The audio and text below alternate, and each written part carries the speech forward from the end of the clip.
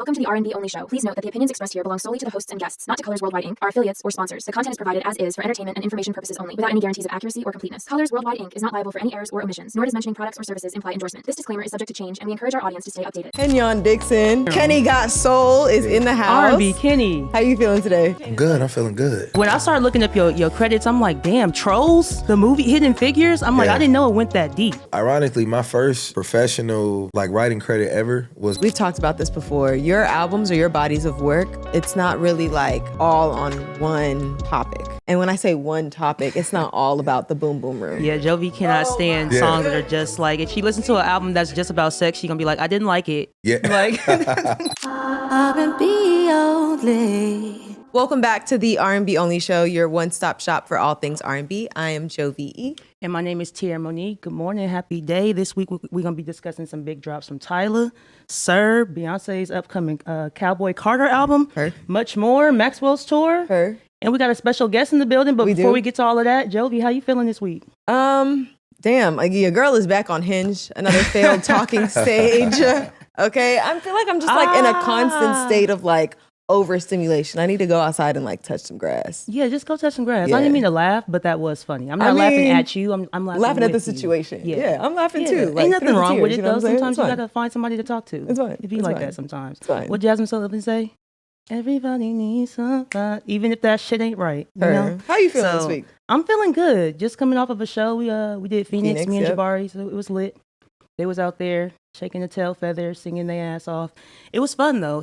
Shout out to Phoenix. Shout out to y'all. I had a great time, but I got some much needed rest yesterday. I was literally asleep probably like 8 hours straight. You deserve. During the day with the gardeners outside loud. So I slept through all of that. That's how much sleep I needed. But yeah, I'm feeling good. Happy to be back here. We are at episode 10. Right. And we you know what? What was it? Episode like 7, we said that we were going to wait to like have a special guest join us. And that's exactly the girls been working because Kenyon Dixon, Kenny Got Soul is in the house. R&B Kenny. How you feeling today? Your chain is good. like, I'm feeling good. Yeah, Thank you. That's crazy. I'm feeling good. It's Tuesday. It feels like it's like Saturday already. Facts. Yeah. You know. Moving and grooving. Yeah. Well, we appreciate you being here. Of course. We appreciate what you're doing for R&B right now. Facts. You know, you out here moving and grooving. I know it's a lot of stuff you got going on right now. You just dropped the deluxe version of your album, the R&B You Love, the Soul in the 70s. Yeah. You just performed the NAACP Awards, the Image Awards. You just co-wrote 10 songs with Justin Timberlake. Yeah. It's a bunch of stuff we got to get into, but let's give them some background first of all. Like, how did you even get started composing, writing, singing, all of that? Give us some background on who you are. Man, where does it start? So I'm from Watch, Jordan Downs Project. West. Born and raised. So, Okay. I come from a musical family. My mother, she's a singer. My father, musician, guitarist. Youngest of 7. Mm-hmm. They all do music, or can do music, I should say. 3 of us actively do music. So I kind of grew up like in that system of talent already. Right. But I didn't want to sing or do music because I'm the youngest and like everybody's doing this. I played like every sport possible.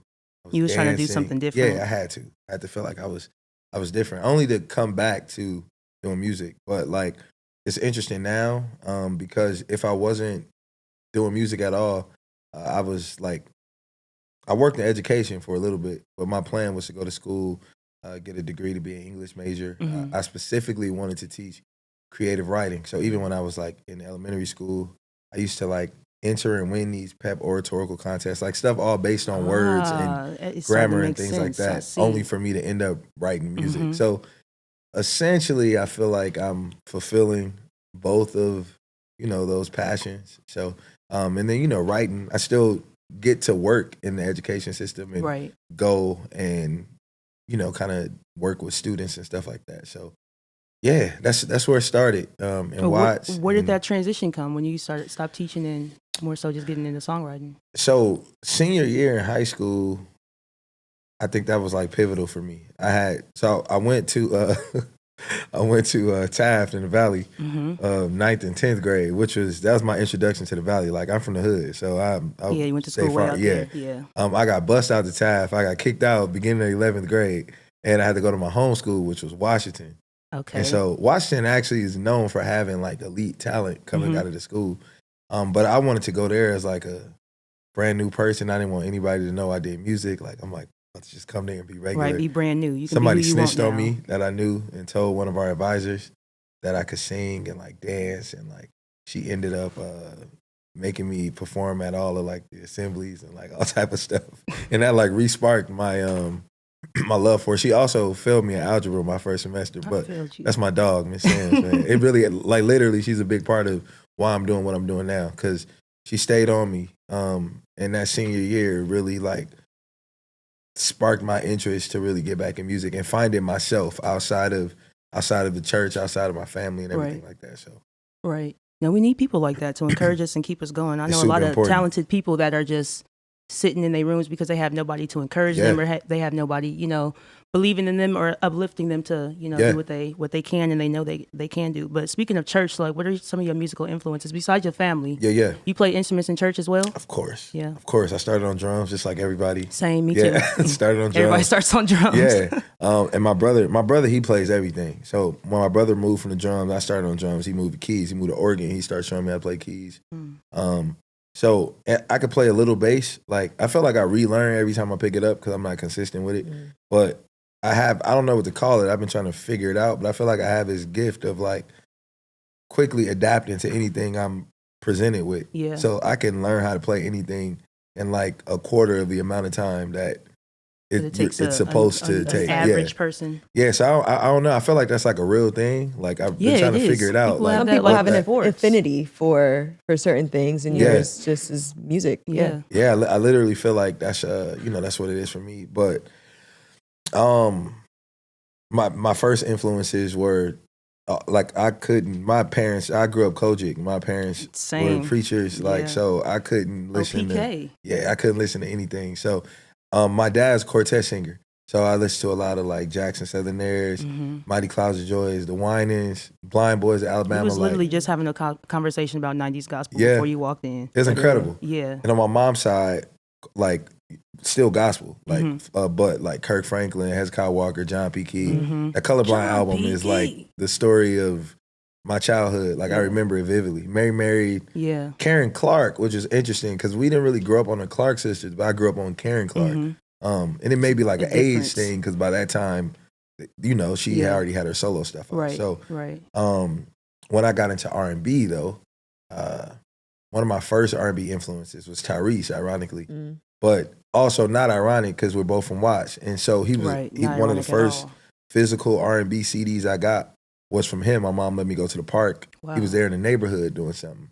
And that was like the only time I ever remember her like letting me go and get something that wasn't church. So that's amazing. Dawkins and Dawkins I have to shout out too, because I grew up on a lot of Dawkins and Dawkins, and I always say it's ironic because when I got into R&B, the artists I gravitated towards like Joe Thomas and like even, you know, like later, like Mario and I found out the Underdogs were producing all of their stuff, but Dawkins and Dawkins are part of that Underdogs pipeline. So perfect sense. Yes, I think early on my like taste was like developed. I was always like on the more radical side of listening to gospel music.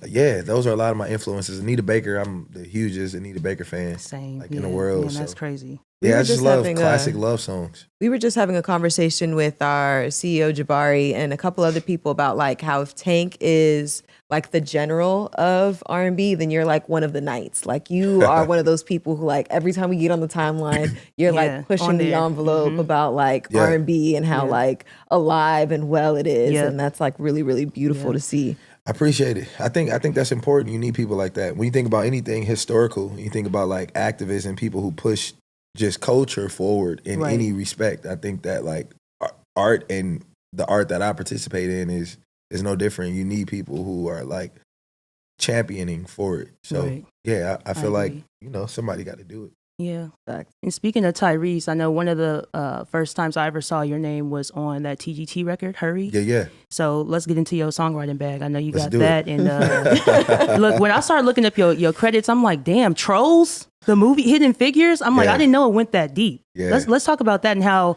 all of that led to you now having 10 records on Justin Timberlake's album.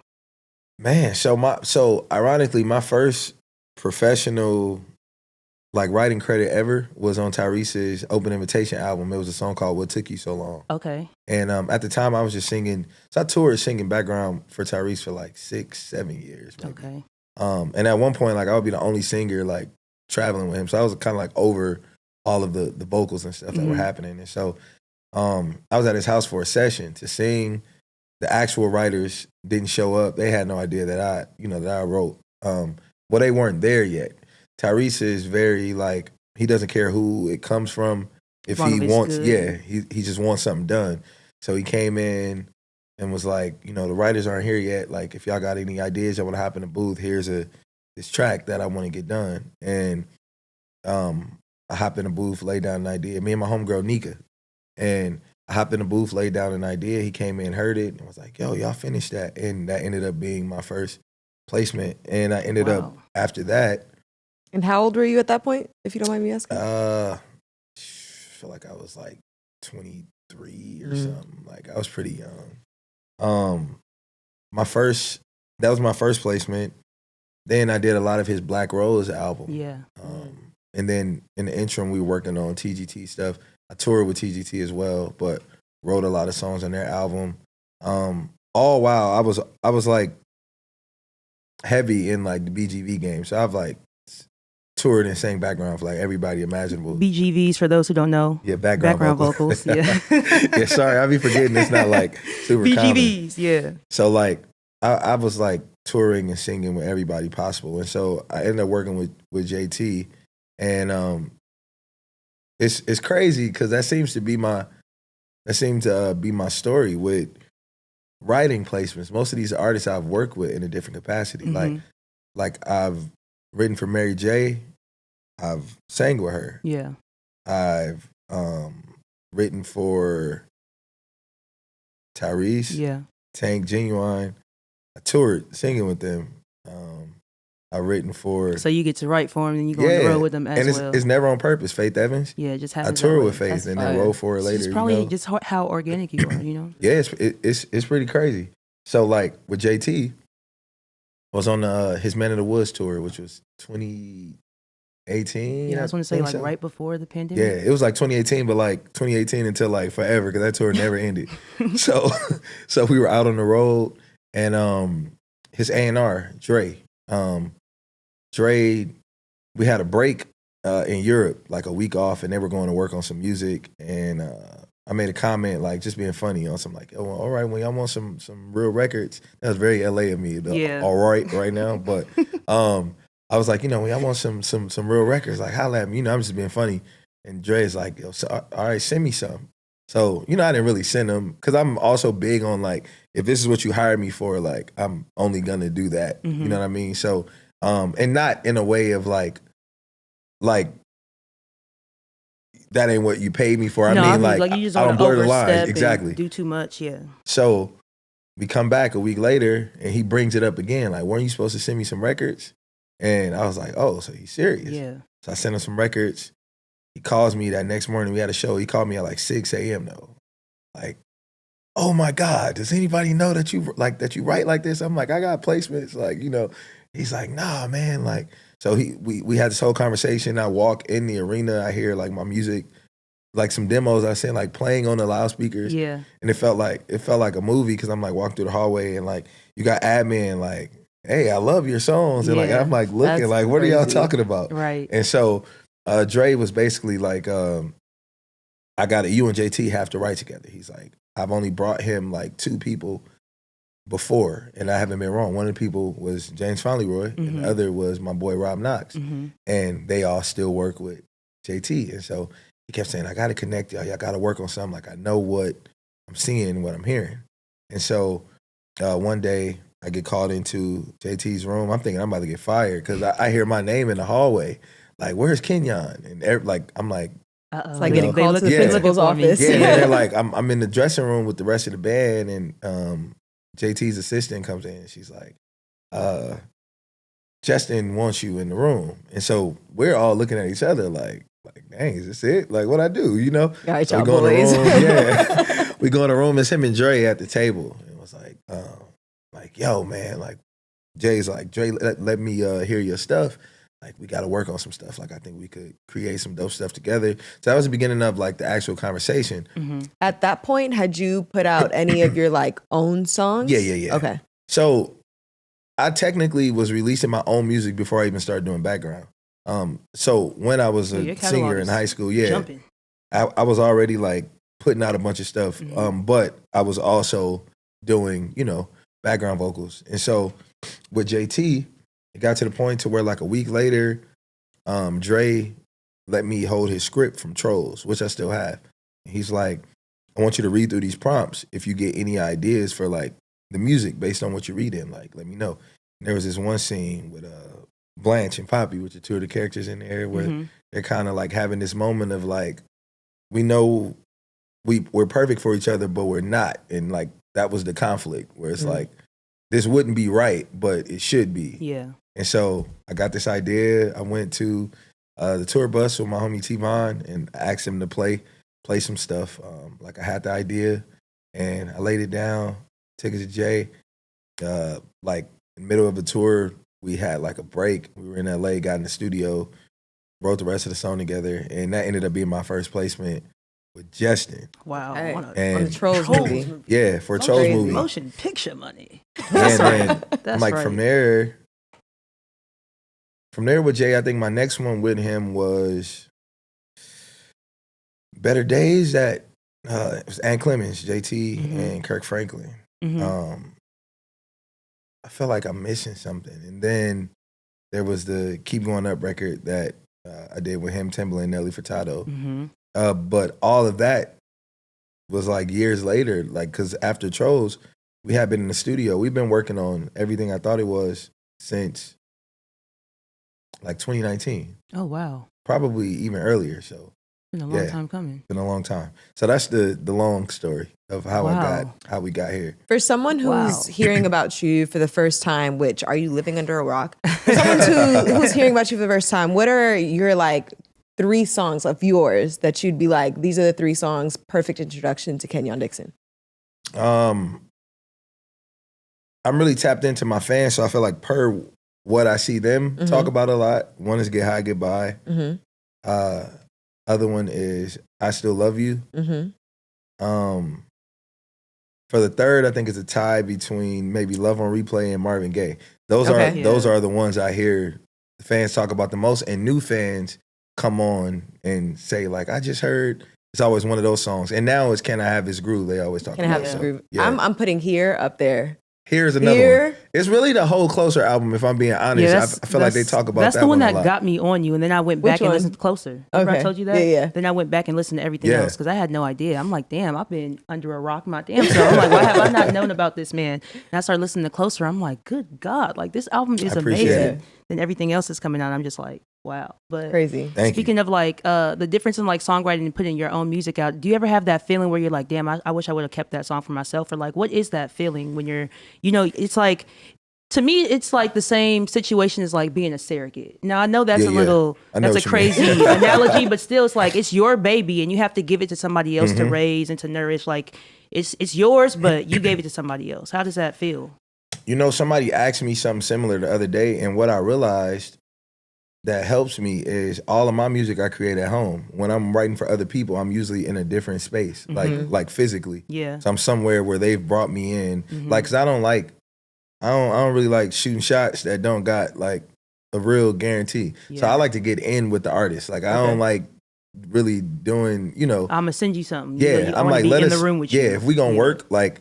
Because also, there's a lot of sessions where it's just like a bunch of creatives, but I'm like, bring the artist because I want to know what you like, what you feel. Let's cut to the chase and get the record that you're actually looking for. So that's been, that has kind of been what happened. Like with Tyrese, like I'm always with Tyrese writing those records. With TGT, like we were together. Yeah. Like with Justin, every record that we wrote on the album, we were in the studio together writing those albums, writing those records. So it makes it a little easier for me to decipher between, what's for me and what's not. But I do have some moments, but I'm very like honest with myself because there are some records that I've written that I'm like, man, I sound great on this record.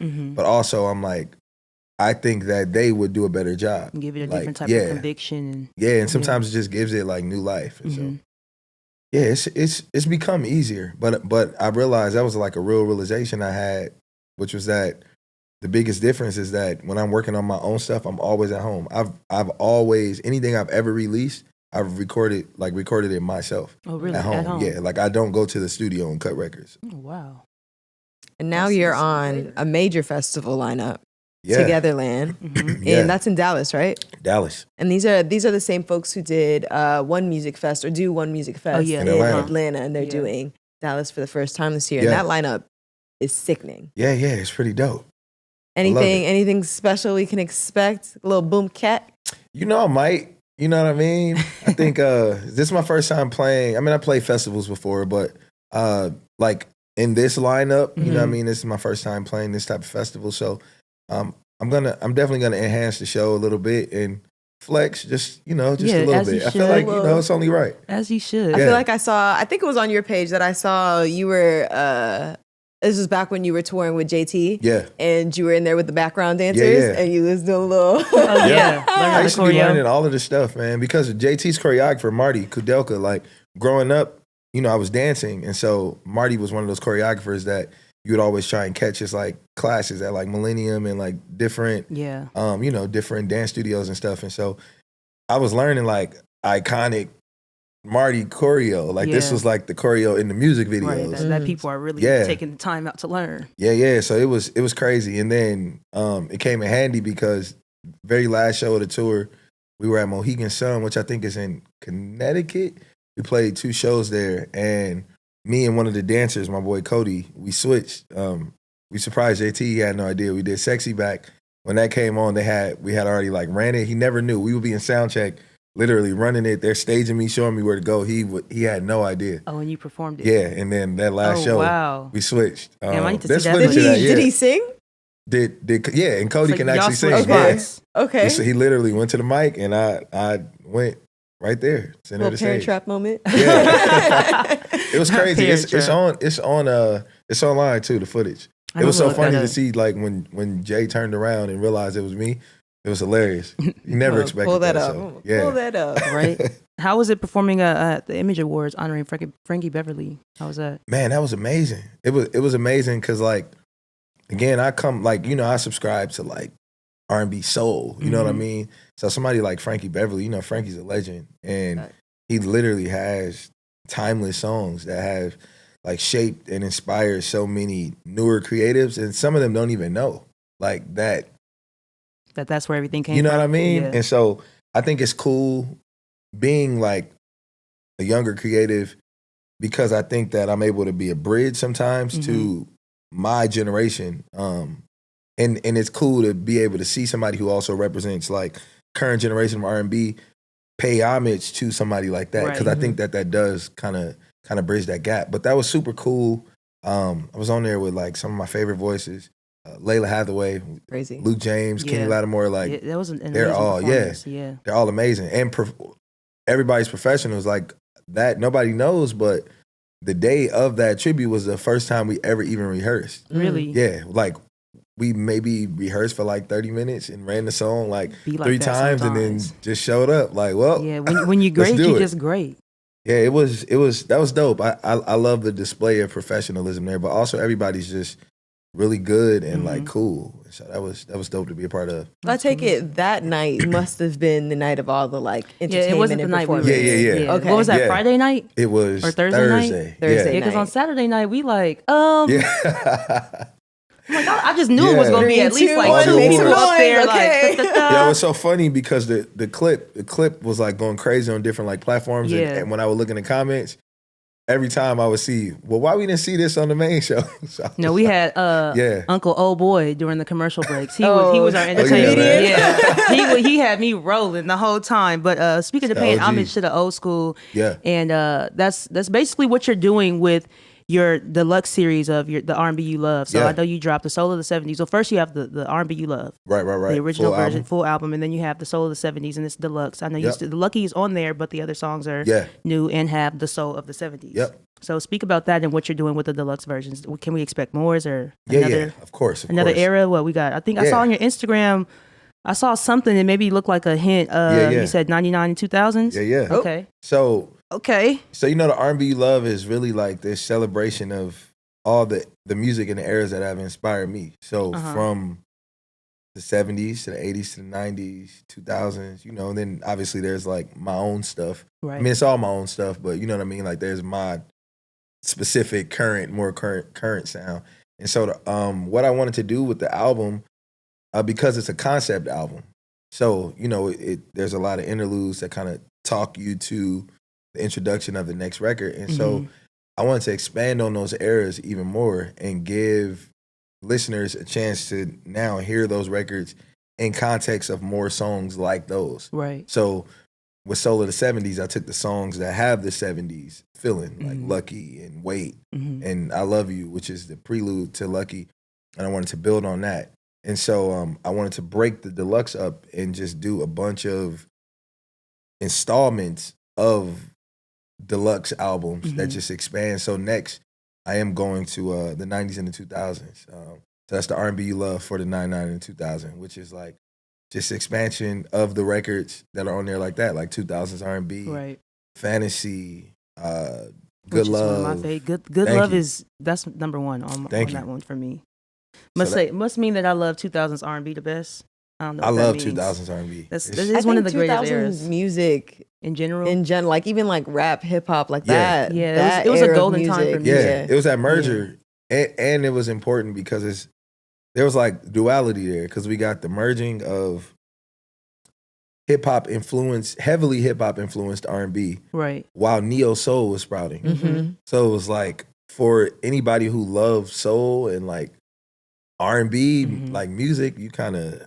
That was prime time for me. Yeah, and same. I must say, while I have you here, you tweeted maybe a couple months back about how Jaheim's voice is very similar to Luther's. And I finally caught Jaheim at Jazz in the Gardens a couple weeks ago, and he covered Luther's Is It House Is Not a Home? I think that's probably so. Because I saw a clip of him singing that, And I was like, oh shit. Sounds just like him. Oh shit, if I close my eyes, Luther is in the building. Like, when I had the realization, it was weird. Crazy. I was like, wait. And I'm sure people were like, oh, like, shut up. You don't know what you're talking about. But hey. But then I started deep diving and realizing that was they had kind of coined him this rebirth of Luther. When he first came out, I had no idea. Yeah. So it's like I wasn't by myself. Spot on. It's like the way they do in October London right now. Like that man sounds just like Marvin Gaye. Who now is going on tour with, because he was also, all of the folks who he's going on tour with were also at Jazz in the Gardens. Maxwell was the headliner for night 2. Oh, right. Jazmine Sullivan was there night 1. Like October London. Who else is that 3? Yeah. Maxwell, Jazmine. Them 3. Yeah. Serenade tour. They were all at Jazz in the Gardens, which is crazy. Yeah. That's fire. Wow. And that's a great name for that tour. The Serenade Tour? Yeah. Spot on. Serenade. Literally. Spot on. A bunch of serenading. And Jazz gonna get in her bag. I'm so glad she's back outside. Oh man, listen. When she does it's In Love with Another, but she goes to this pocket at the end of it, and it's just her and keys, man. And it's like otherworldly. I used to sit on YouTube and specifically watch live clips of that song and just go to the end where I knew that part was starting and just hear the different variations of That's fire. I forgot that thing, but her and is it Layla Hathaway? They can both do it where they like change tones of their voices like immediately. I forgot what it's called. Wait, they can like or change like pitch or key. I can have the wrong with the something. She was just talking about it. I want to say the Sherry Shepherd show. She was just talking about how her and Jazmine Sullivan are one of the only 2 singers that can like change. I don't know the word for it. I gotta peep it. Okay. Yeah, it's like going from like some crazy low tenor note to some crazy high soprano note within a switch like that. I don't know the word for it, but octaves essentially. But basically. I got you. If I could sing, I would never shut up. Like y'all would not hear the end of it. I feel like people who think they can't sing always say that because everybody essentially can sing. You just have to know how to use your voice. Yeah, how well. And it's just you mocking somebody else. You're trying to like replay what you hear somebody else singing when really singing is just you using your voice in a melodic way. I receive that. However, yeah. I hear you. No. I hear you. Well, I don't have that affinity. You know what I'm saying? Yeah, no. I got a few more questions. I don't know how much time you want to you have, but we got a bunch of R&B topics we can discuss with you today. Let's go. But I know, Jovy was saying, like, you have a heavy influence on your Instagram and X. I don't want to call it Twitter, but X. Twitter. It's Twitter. It's Twitter. Mama named it Twitter. I'm gonna call it Twitter. Okay. That's how I feel about the Staples Center. But as well, I don't know what no crypto is. no, What? either. My mom called it the Crypto 60. I'm like, okay. I see mommy, what like, she is, come though. on, mommy. I see what she is with Yeah, that. she went to Audubon, so you know. Okay. I was about to say, so she was right there. Yeah, Heard you. Yeah, exactly. But speaking of social media, though, like how does that like impact the way you perform and like what you write If at all. in the songs you put out, if it does? Because I know you ask them a lot of questions, you get a lot of feedback from them. How does that influence what you do? I wouldn't say social media necessarily influences my creative process, but I do like to see in real time how people are feeling Mm-hmm. about things. So I ask my fans a lot of questions. I said this before, but we just kind of have like I am one of my fans, and I'm talking about like demographically.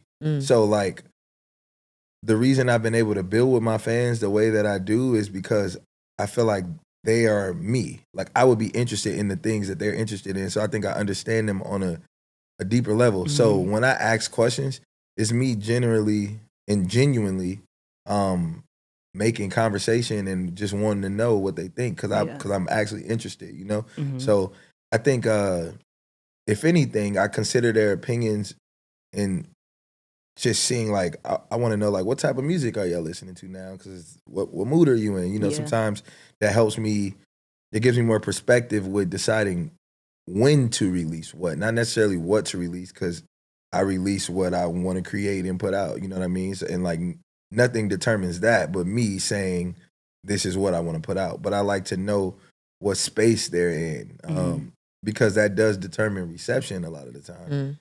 So, you know, records can be amazing, but depending on the space you're in, right, it might not hit at that time. I also really appreciate that. We've talked about this before. Your albums or your bodies of work, it's not really like all on one topic. And when I say one topic, it's not all about the boom boom room. Yeah, Jovy cannot stand songs that are just like, if she listens to an album that's just about sex, she's going to be like, I didn't like it. Yeah. Like, I understand. I tweeted like a week ago and I was saying, see, because you don't X a week ago, you tweet a week ago. That's true. I X'd it. I X'd it a week ago. I tweeted like a week ago about something similar where I was saying, it's funny to me, like I hate when I listen to like remixes of songs, songs that have a wide variety of context. And if somebody has like remixed it for some reason, the remix is always sexual. They never listen to what somebody is talking about like immediately. And to me, I think it annoys me more as like a writer, a creative, because I'm listening, because I'm like, I was sold on the context that was presented initially. You could have gone so many different ways. I hear so much stuff. So that's valid about a lot of songs are that. And sadly, you know, it's what industry has convinced consumers that they're interested in. And I say that because the consumers aren't necessarily interested in it, but they're being told that they are. So they just continue to listen to more stuff that sounds like that and they subscribe to it kind of subconsciously. So now when they listen, that's what they expect. So a lot of people are breakup song over a boom boom room song every time. Yes. I don't care how happy I am. Breakup songs. I love songs. Between the sheet songs. I mean, yes, love songs over the three. Breakup song? Okay, so love song, between the sheets, breakup. No, love, breakup, between the sheets. Got you. I feel like I like the balance. I won't, because I'm not going to act like I don't like those kind of songs. It's just, I like them. I like them when it's more like, I mean, just overtly kind of saying, but I'm like, it's art. So I like be creative and art sound amazing. That also is another option, you know? So speaking of sound, right? I'm like, we just heard what that was about. Like, I think she confirmed it because we all always knew. Like at the end of that song, something was a little off. Because I heard it when I was like, what was that? Like early 2000s. So I couldn't have been more than 10 years old. I'm hearing that in the back of my mom's car. Like I'm like, hold on now. Like something don't sound right. But or it sounds a little bit too right. Speaking of sounds, though, what's 3 elements that you think have to be in a great R&B song? Emotion. And I think emotion has a wide range. Emotion doesn't necessarily mean like, it's not always just like yearning and crying for it. You know what I mean? But we should feel something. Yeah. Even if it's anger and that's what you want to get off. Like, make me feel whatever it was that you were doing. I like context, like and that may be my educational background, but I like well thought out, developed songs. I'm like a songwriter's songwriter. So I love hearing stuff that makes sense. And I don't want to say vocal ability because we have great classic songs from people who don't sing that well. So it's not that. Very true. But I think it's just like, maybe it's delivery and execution. I think I'll say that because, again, everybody has a different level of talent, and also even that's subjective to some people. But I think execution and delivery can be that in any space, no matter where you are. That's so valid. I think those are three things for me. I feel like we're in a space now where like an album drops and people before they even get to like really sit with it, they're like all these think pieces. Yeah, we have, immediately. Right. I don't think truly. people have the like, what is it? The attention span to like really sit. And you know, we have these great albums that just dropped this weekend. Tyla, SiR. How do you feel about like when you put out a body of work of like getting hella songs on there? Well, I mean, no, you know what? That's another thing. You don't put out these 20, 30 track, like you're concise and it gives really intentional about the body of work that you're putting out. One song flows, like there's a general message to the album, like context. Like, exactly. But how do you feel about like the people who even with you doing all of these things, you put it out and people are like, no. Like, for me, I think this is what invalidates the whole conversation when people say like R&B is dead. Because I'm like, y'all aren't listening. I know y'all aren't listening because an album comes out and an hour later you're ranking the songs. You don't even know what you just listened to. So I think like social media in that space has done some damage because people feel like everybody is waiting on their opinion for some reason. Exactly. And it makes everybody feel equally. Not that you should feel less important, but there are actual professional that do this. Professionals. But everybody's like, I gotta give my opinion on X, Y, and Z. And then a lot of these people don't even have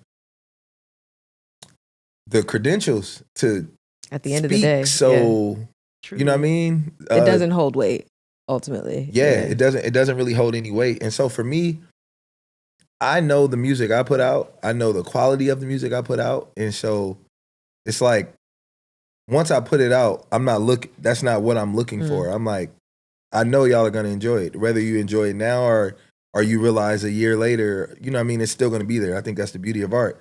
Like, by all means, take your time. If I put it out and you don't listen till 6 months later, that's cool. That's why it's there, because you can go and listen to it. But it is interesting, and I think it's unfair to artists because consumers sometimes have no idea how long artists have worked on this stuff, how especially like label artists, sometimes they'll be like in love with these songs and they've gotten so much pushback and they've had to fight hard just to get approval to put these songs out. And then they put out a song and immediately somebody's like, this is 2 out of 10. And I be feeling bad for them sometimes. Have y'all listened to SiR and Tyla's album? I have. Both of them? I have, yeah. What'd y'all think? I like them both. Yeah. I got You got your favorites? I mean, not even favorites, but I have an opinion on Tyla's just situation in general. Got you. But tell us more. I mean, because she's not touring right now because she's on injury, right? But I've seen her at like multiple places this weekend. That rollout is crazy. I don't want to be the one to say it, but they say it on the internet. She don't look injured. So you should tell us what the injury is. If it's a vocal issue, say that. Yeah. Because like, I see you on Twitch with Kai and you like teaching him how to dance to piano. Like, so it's not your knees, it's not your ankles, it's not your growing, it's not your tailbone. Like, your arms work. So what is the injury? Yeah. Because like, the album is too good for you to not be on the road. Like, that's valid. You're from South Africa. you need to be in America pushing it. You know what I mean? Like, Yeah. I don't understand it. I mean, but the team is definitely pushing it in other ways. yeah, they for are. sure. Her rollout Heavy. it's rolling out. Heavy. Yeah. But I would like to see a tour. And speaking of tours, can we expect one from you this year, next year? Of course. I'm trying to see you on the road somewhere. Yeah. It's crazy. I was supposed to be on tour already, but I'll be on tour in the summer now. So Okay. I'll be announcing soon. It'll be a great R&B summer. And every time I get online, I can't scroll for 10 seconds without seeing where's the tour. Right.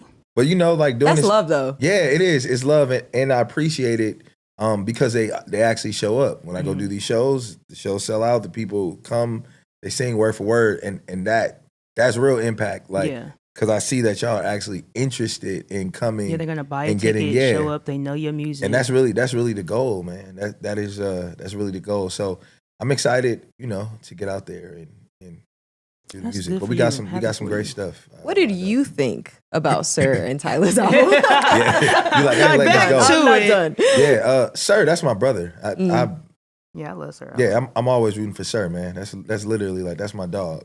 And I think this is I think that project is one of his best projects that he's put out, honestly. And I love it. I love when you can hear that the time an artist took between whatever they released last and now. I was like, just gonna say SiR is very vocal about what he's been through. Yeah, and I think you can hear that. Yeah, it has a new absolutely. perspective. And I think as a fan of art, that's something you can appreciate because there's a journey there. There's an actual story. There's not just these were demos that I was just writing that didn't make the other album. Like, you know what I mean? He said Top locked him in the studio and was like, get these, get this stuff get it down, together and get these records done.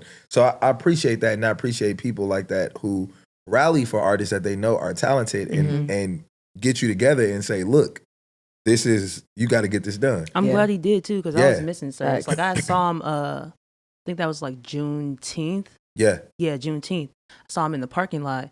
And I wanted to be like, hey, like, where the music at? But instead, I'm just like, man, how you been? Like, it's good to see you out again. Like, I'm glad to see you, like, on this bill. I'm going to be up there. I'll see you later. And it was just good like that. I'm sure he appreciated that. Where am I? But now that it's a year later, I'm like, whew, now next time I see you, I'm going to be like, that make a little sense, man, now I get everything now because I had no idea when I saw him. You can't, when you see a person, sometimes I know he said, like, when he stepped out, some people might have seen him and he didn't understand, like, who he was in that moment. But I didn't see him like that. Got you. And I'm glad I didn't. But yeah, the new album is great. I loved it. I love it. I must say, and I also really like when No Evil came out, and that was like so drastically different from anything we'd heard from him. I liked the song. I really liked the song, but I was like, whoa, like, what is the rest of this project going to sound like? Context. And so now hearing it within the album, I'm like, oh, yeah, that makes sense. I literally said that to somebody. I love when that happens. The same thing with Break My Soul. When Break My Soul came out, I was like, but when you hear it with everything but else, when it it's like, flows damn, with this everything the best song on else, the album. that shit That go. that The context transitions matters. just hit. Yeah. I was at the barbershop talking to my barber, and we were talking about, because we had talked about the singles before.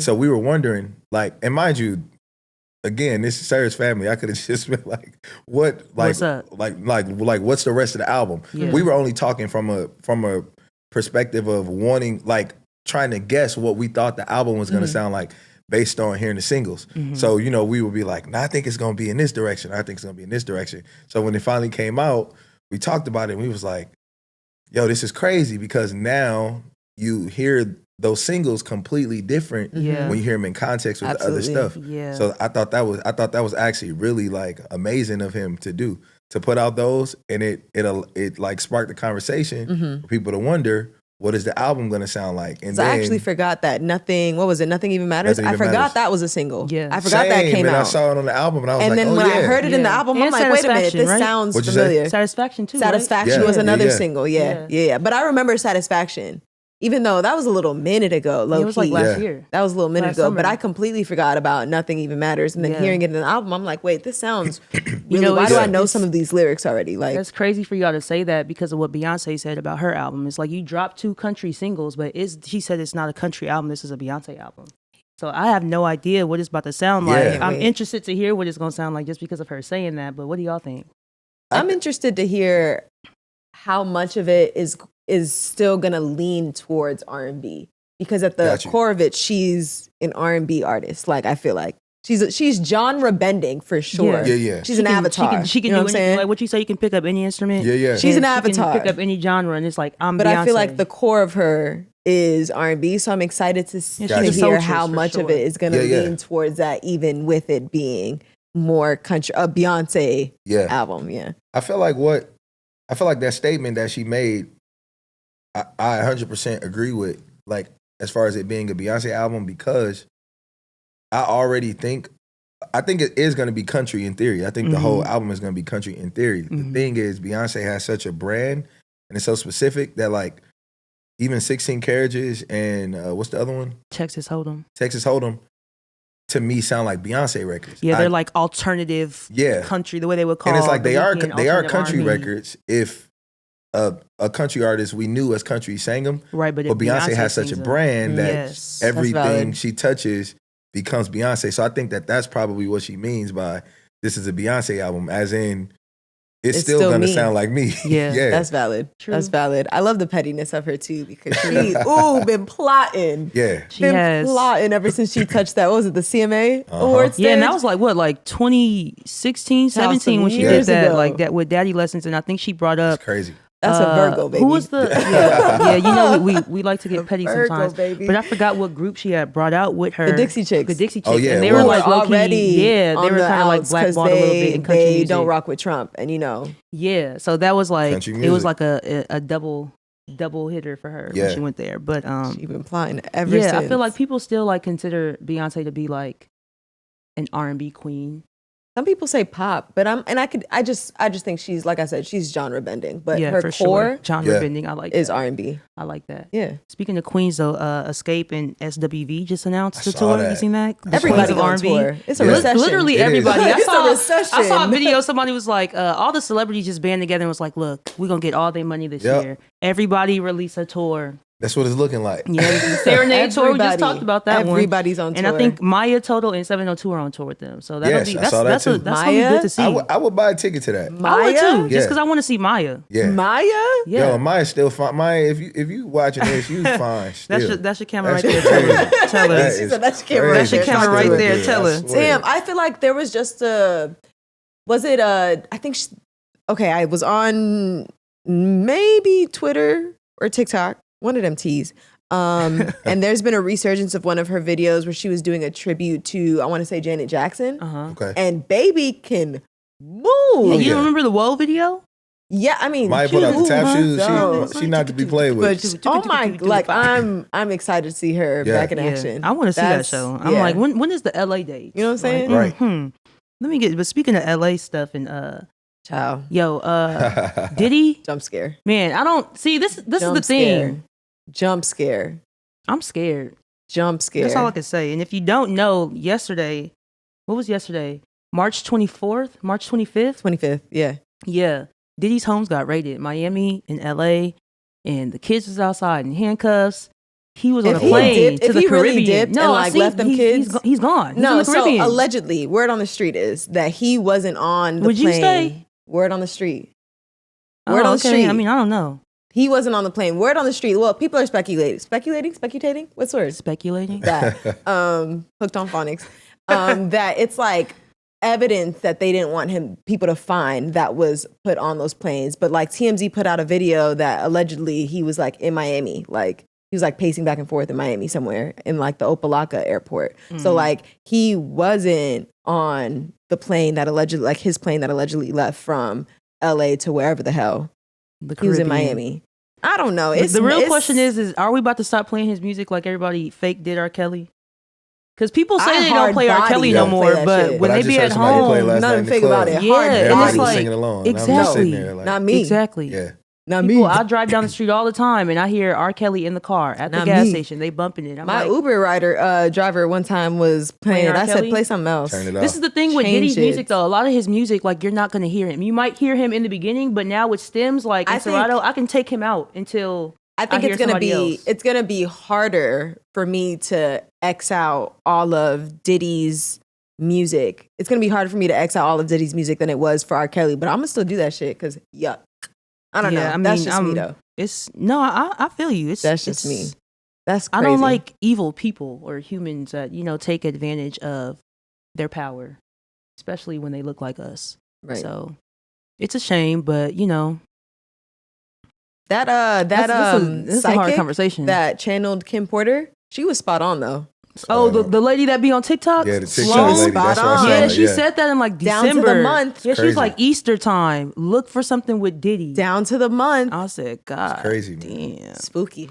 man. You use your platform for good. That's all I got to say. 100%. But now speaking of some other West Coast legends, though, Ray J, another R&B great, Yeah. another entertainer. He's released a trailer for his new network, which we thought it was going to be like Zeus. We had talked about this a few weeks ago, and I'm like, I think Ray J, just the entertainer that he is, it's going to be giving Zeus Network, And and it's exactly that. and it is. But am I I gonna? thought you were about to say it's the opposite. No, it's- he's not. Like you even said, he was like, Yeah. what is he going to do? Like have some National Geographics with him No, being like the narrator. orator? No, it hell is no. He has Zeus. like cast members from Zeus, like the Stunner Girls. Yeah. Stunner Girl, first of all, Yeah. if you knew better, you do better. You know Stunner Girl, right? No, I don't. Okay, I don't yeah, it's listen a to bunch of any mess, that. but Ray J is like the ultimate entertainer. Like he knows how to make his money. Yeah, he knows yeah. how to entertain. I love Ray like, J. Yeah, who don't love Ray J? But I You just gotta think hear it's. you gotta hear Vince Staples talk about Ray J. I I have feel like actually. it was an interview where he was Yeah. talking Talking about about. Ray J. It takes Vince Staples to really explain how Vince Staples connected Ray also J another is funny guy. and how responsible he is for a lot of black culture. That's I think a it's fact. incredible. That's a fact. But the name of the shows, we've got The Final Convo, The That's Stunner him and Girls. Princess. Okay, The Stunner Girls, which is the shorty you the were just girl talking from about. Zeus, yeah. Going on a Safari, which We is know going to who be that's with about. Safari. And some girls, like a Gotta be. real chance of love Gotta type be. of thing. Yeah. Yeah, For Safari, yeah. he threw a chair and it landed on him. I don't know. Okay, anyways, inside the network. That's when they're fighting the network people. Like they're filming the people Yeah. that work in the network. The trailer is crazy. First of all, it's like everybody's getting punched, and every 5 seconds, boom, boom, boom, boom, boom. I'm like, God damn! Like, Oh man. We Ooh, got the vibrations. cook-off. We got the Girls Club. The House of Blueface. We don't need to see that man on television anymore. Why do we keep giving them anyways? because it's entertaining. He's People are gonna pay tapping. for It sounds like he's tapping directly into the culture and seeing what people are responding to. And like, that's I'm about exactly to give y'all what they're responding everything. to. Yep. We don't Yeah. need any more of that. Yeah. But It people makes are a lot of definitely sense, going to though. flock in numbers. You know they Yeah. are. People are I feel definitely the gonna flock same in way they numbers. did Zeus, they're about to do Ray J's network. And like I said, he's like one of the greatest entertainers ever. He went on the Breakfast Club and immediately started talking about Monica and Brandy or Brandy yeah. and Monica tour. And he know what he Not doing or with Brandy this. and Monica tour. Yeah, he know what he doing with the controversy because he gonna say it himself. He's like, I would put Brandy's name first, but Yeah. Ray J is an entertainer. But And Monica gonna get online. What came Monica right say? back. Monica said, I'm kindly asking you to stop speaking Kindly on me in asking. public. A private conversation would be both necessary and respectful. And then she also went on to say that like, where is it? Scroll down. She said something about how like when they go out and like say things like this, it like makes her fan base like, come to her yeah. and act like she's it's the a real reason tour. why It's not it's not happening. happening. Oh, yeah, when yeah, like yeah. there have been no conversations about it anywhere at all. Yeah. which is valid. But Yeah, that's again, he's fair. just saying stuff for the soundbite. Yeah, because he know how And to make for- stuff go viral. It's yeah. Ray J. That's And what what Ray he J do. Yeah, go Exactly viral. that. Exactly. But Exactly Is that. it true? I would love to see both of them on tour. I'm not gonna put one first. That would be 'Cause amazing. Every time I play Boy Is Mine at shows, I'll be like, y'all got to choose a side. Monica? Brandy or Monica. And I always say Brandy because I'm from the West Coast, but I Valid. can't not pick Monica. You know what I mean? Like Gunica forever, Gunica. forever in my heart Ah, for sure. You stupid. But we appreciate you being here, Kenyon. Like we say every week, course. R&B is alive and well, and you are a prime example. We appreciate what you're doing for the culture and just pushing the music. And I know Appreciate y'all. if y'all want to listen to some stuff, make sure y'all go get everything by Kenyon Dixon. R&B You Love, Soul of the 70s, the All of R&B it. Love, the OG album. Closer. Closer. My fave, my personal fave, Hey. but I'm gonna That's the promote one the and not new the stuff two. because get it, stream it, pay for it. I know we got a lot of new drops this week. Like we say, R&B is alive and well. It's never dead. Bryson That- Tiller dropped some new stuff. Bryson Tiller Yeah. been coming with heat. I know he's putting the album out soon, right? Yeah. He it's been dropping. coming I with like heat. Calypso. I'm not gonna lie. I'm I like like hyped for it. Calypso. Yeah, I am too. Because we ain't had nothing since what Trap Soul. I think he put out like Yeah. No, an there EP or a Christmas album. there was something else. Now he released another album after Oh That yeah, one there was kind something of- in between there with yeah. Remy Dry on there. Yeah, that's the one. Can't think of the name of the album. And the one that got that it Janet was- Jackson Mhm. sample. Yes. Yeah. Yeah. I can't think of the song right now. But anyway, Calypso's good. The Marsha Ambrosis dropped a song, One Night Stand. That one. Yeah, I like that. So what is it called when you don't? No, it's fire. And what is it called when you don't sample a record but you sing the melody from the song? It's not necessarily called a sample. It's like interpolation. It's kind of like interpolation. Yeah. Interpolation. She does that. Yeah, she did that with that Mary J. All Night Long. Okay. Yeah, I was like, damn, this is fire. I had to pause the song and sing the original song to figure out what she was singing. I'm like, why do I know this melody, but why can I not think of the song? Leonardo I know DiCaprio. I know it's Mary J. I'm bumping that in the car. On the way back. It's fire. It's very, very good. And of course, you can always get the best new R&B in one place if you go to R&BONLY.com. Hey, y'all be killing it. Right to your email. Appreciate you, Kenyon. Friday. Let them know where they can find you at. I mean, everybody already know this is R&B Kenyon. I hope so. Here, but in case you're living under a rock, let them know who you are, where they can find you at, what you want them to do. That's your camera right there. That too. You know what I mean? I'm Kenny Got Soul on all social platforms. You know what I mean? And on your favorite DSPs, if you want to listen to some more R&B, Kenyon Dixon. I say just go to the profile and scroll and click on whatever you land on. And start with here. Something that you love. Start with here. Jovy said start with here. That's the one. Or Good Love if you want to start somewhere. Start with Good Love. It's on the R&B you love. So that's it. So you can't go wrong. If you love R&B, you literally can. We'll be in the game.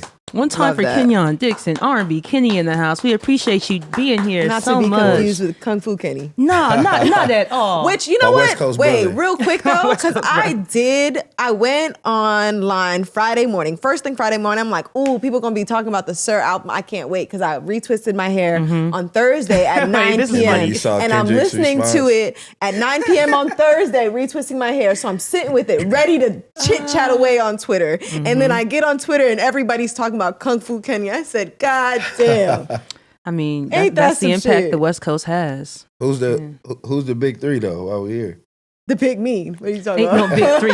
It's just big meat. I'm really sad that you know what? I must say, I feel like everybody picked sides back in high school. Whether they knew that this like big three stuff we was were supposed to pick sides? Not pick sides, but everybody has their like favorite.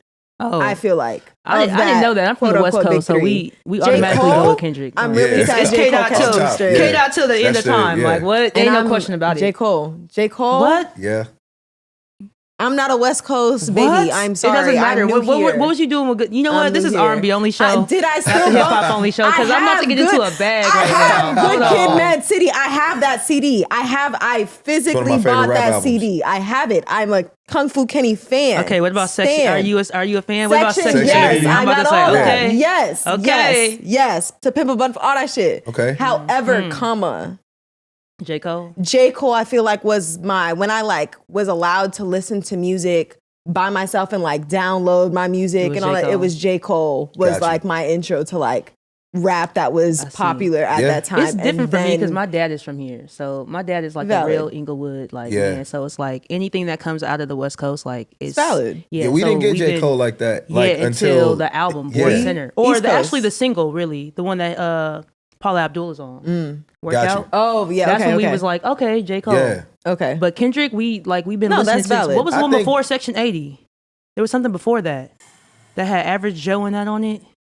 I can't think of the name. Overly Dedicated. You're right. That one. Got you. We were listening to that one too. Kendrick before Good Kid, Mad City, and then I went to college. I think it was Section 80 for me first, and then I went back to, you went back to everything. Section 80 before I even bought, like even that album came out, even the Good Kid, Mad City. Before Good Kid, Mad City, it was Section 80, and then I went back to Overly Dedicated, and then heavy on the mixtape. Yeah, Kendrick, Nip.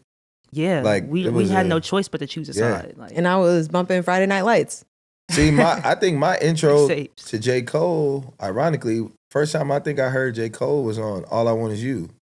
That song with Miguel. Yeah. Okay, I forgot about that. Yeah, I think that was my first. What year was that? Intro. I think I was in school already. Damn. When I went to Howard, like my radio, everything shifted because when you go to school on the East Coast and you listen to West Coast radio, like we literally have a station that only plays 90s West Coast R&B, hip hop. So when you go to the East Coast, they're playing everything. I'm like, who is this? Like I've never even heard this song. Yeah. Yep. Yeah. Interesting. I just had to get that off my chest because I just knew SiR was gonna get his shine on Friday. He got it from the people that shining knew. though, yeah. I mean, yes, But like the yes. hip hop community, Yes. it definitely overshadowed. That For You page, I was like, where is the SiR dialogue? Yeah. Where are the chat boxes? They talking about it now though, and Yeah. I'm happy Yeah. that and it's number he's one. getting He got number one album right now. Yes, So and like exactly we like we love said, that. what we say, R&B is alive and well. I'm tired of y'all saying it's dead. It's not going I gotta nowhere. stop. Stop Also, saying Jump by Tyla. Oh my gosh. No, I like the entire project. Oh my gosh. I like the whole project. I don't know that I like the whole project. I do. Candidly, The only song I I don't know skip, that I'm I gonna like be the honest with, is Butterflies. Okay. I even like the song with Tim's. I like the song with Tim's is like a 2. For me, it's Jump, number 1, and Art. Those are my like like favorites. Yeah, Art is a good off one. the And I album. like, is it Safe or But- Safer? One of those. See, I don't even know. I know those 3. Those were the 3 that got Yeah. downloaded, and those are the ones that I'm gonna sit with. Yeah, I like it. But Understood. We had to go on a last little tangent. We yeah, had to- last little tangent before we get up out of here. But once again, we thank you, Kenny, for coming in. Of course. R&B Kenny in the building. One more time for R&B Kenny. Like we say every single week, R&B is alive and well. Make sure y'all get them tickets. RandBOnly.com/calendar. Jovy, what they can do to get the new R&B. new.rnbonly.com. I am Jovy E. And I'm Tiara Monique. We'll see y'all next week. Have a great week, everybody. West, This is episode love, 10. peace, That's and crazy. hair grease. 10. R&B only.